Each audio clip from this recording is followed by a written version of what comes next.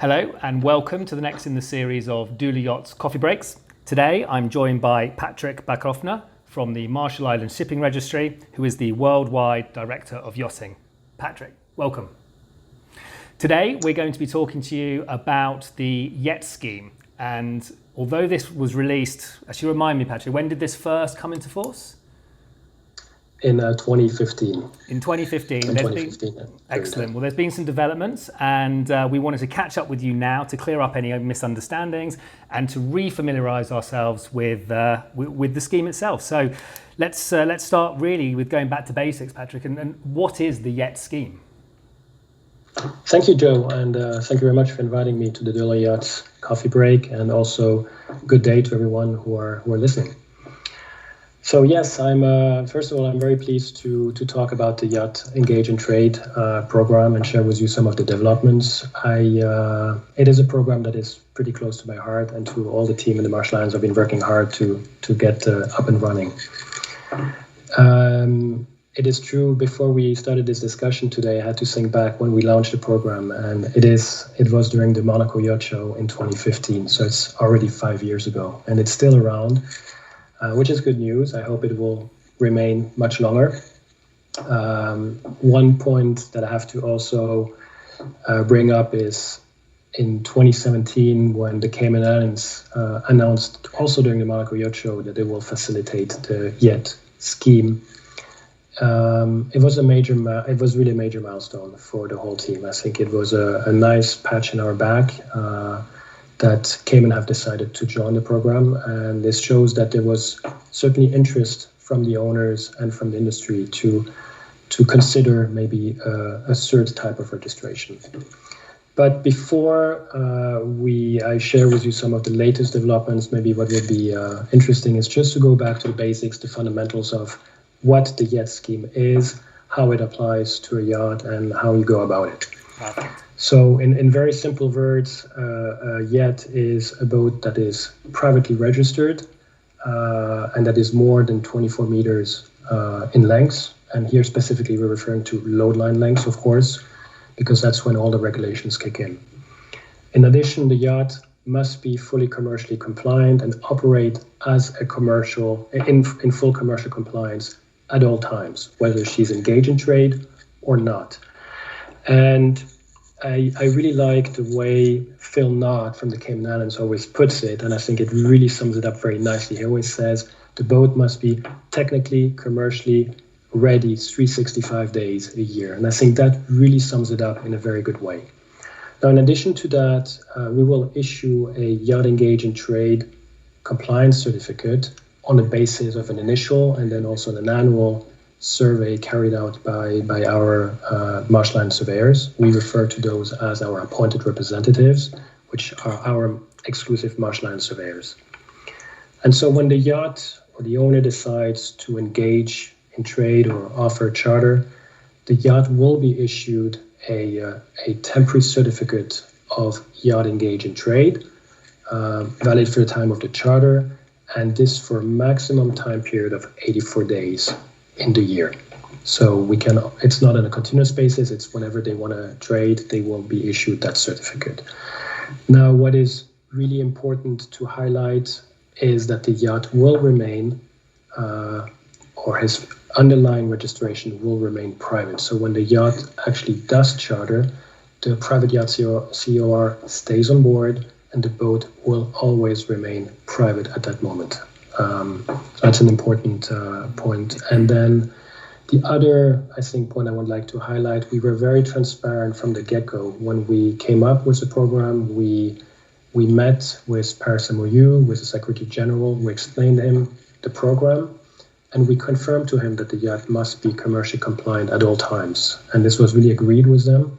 It was again re-emphasized in 2020 when we met together with the Caymans, the Secretary General again. And why I'm saying that is that the boat will be subject to PSC inspections the same way as a commercial yacht. And that's, I think, an important point to highlight. Now, yachts apply to yachts that are fully imported in Europe. If they're going to use the yacht in Europe, that means that they have a VAT paid certificate. or it can also apply to a boat that is under temporary admission, which is known to everyone, which is up for 18 months, where the boat has the possibility, is a private boat which is temporarily admitted. And the only big limitation when the boat is under temporary admission, she will not be allowed to charter to EU, or the charterer who is signing the contract must be non-EU. And that is a change that happened 2 years ago. It was not the case before, but this is an important point to highlight so that there's no confusion. So if she's VAT paid, anyone can charter the yacht. If she's on a temporary admission, it is limited to the charterer who's signing to be non-EU.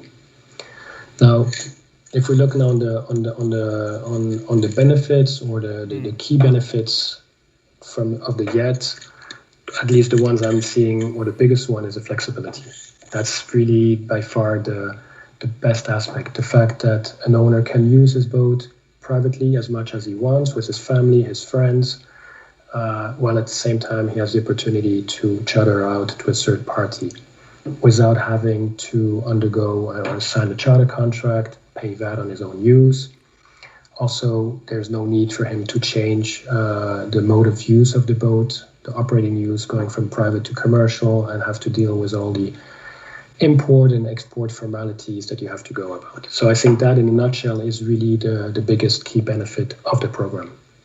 Now, on the flip side, if we look at the limitations, and I think we are all very aware of it because we have been quite, again, transparent about communicating those, the program is still limited for charters to start in France and in Monaco. They can also start in Italy under certain conditions, and here, i.e., it's really the boat has to be VAT paid to make things properly. I would, of course, always advise to have a good tax expert or advisor who can help on those circumstances. But over the years, we had many, many yachts starting charters in Italy when they were VAT paid and there were no issues. And maybe the last point that I would like to highlight is also a yacht has absolutely the possibility to charter outside of Europe, wherever the local authorities authorize it to do so. So we have a lot of our yachts that do charter in the Caribbean, for instance, because it's authorized, and there are other locations. So and that then, kind and of then looking forward, sums it up. Yeah, and then looking forward, then Excuse Patrick, me? are you looking at more formally receiving agreements from other jurisdictions for that? So rather than the emphasis being on the yacht operator to find out, is there a plan to expand this into other jurisdictions so that we can have more confidence in taking the vessel elsewhere? Absolutely, and we have been working very hard on expanding the program to various jurisdictions, and we have been also working together with the Cayman Islands on that. And on the bright side is there are some very encouraging developments as we made significant progress in Croatia. It looks promising as we might see our first yachts charter this coming summer season in Croatia. We're now expecting a formal letter from the Ministry of Maritime Affairs in Croatia. So let's be positive, but it looks pretty promising. So let's hope that this works out. Italy has been always a battleground for us, and we have decided, together with the Cayman Islands and another company based in Monaco, to work with an accountancy and tax firm who is locally based in Italy, and together also with Janet Xantopoulos, who many know because she was very involved from the get-go to help us bring up the program, to formalize the Yacht in Italy and to bring the whole program to the relevant authorities, so in this case the Ministry of Finance, Treasury, as well as Customs, and to try to officialize the program. Now, I don't think this will happen already this summer season, but it's in the works, and I'm quite confident that, and we're all confident that it might eventually work for Italy as well. So, and if we could get those two additional countries, I think that will be very good news, and I think this would really help the program to expand even more. Yeah, no, absolutely. I think having the confidence to take to the vessel to the other jurisdictions that have formally kind of bought into it will be an advantage, rather than having to put the emphasis on the vessel or the managers to explore the possibilities. So that's really exciting news that it looks like it might be expanding. All right. We'll see. Yeah. Time will tell. Great. Now, the latest maybe for us development, and it is very fresh because we just finalized that about a week ago. We expanded the program to allow passenger yachts to also enter the Yacht program. So obviously now we allow also yachts to charter under the Yacht up to 36 passengers.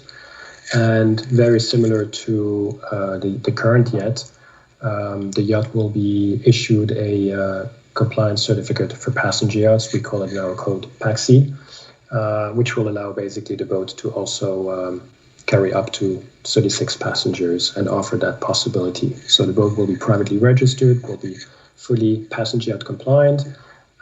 We have already, all the documentation has been updated and it's ready to go right now. So that's very exciting news. Excellent.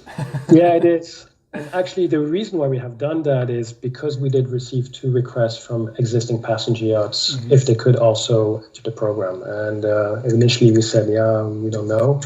Then we looked into it and we decided to offer that because it was not requiring us to change a lot because it will apply exactly the same way. So now we have Yacht 12, Yacht 36. Excellent. So that's really the latest that I can share with you. That's very exciting news. And thank you very much for sharing that with us. It's been very useful to be introduced for some people to the Yacht scheme and reintroduced for those who are already familiar with it. And we thank you for your continued efforts kind of across the industry and making this an alternative scheme for owners to be able to partake in those charters within those restrictions. So thank you very much for your time, Patrick. Really appreciate it. As ever, if anyone has any queries, then both mine and Patrick details will be at the end of this. Please feel free to get in touch, ask any questions, and we hope you found this interesting. Thank you. Thank you very much, Joe, for the opportunity. Thanks a lot.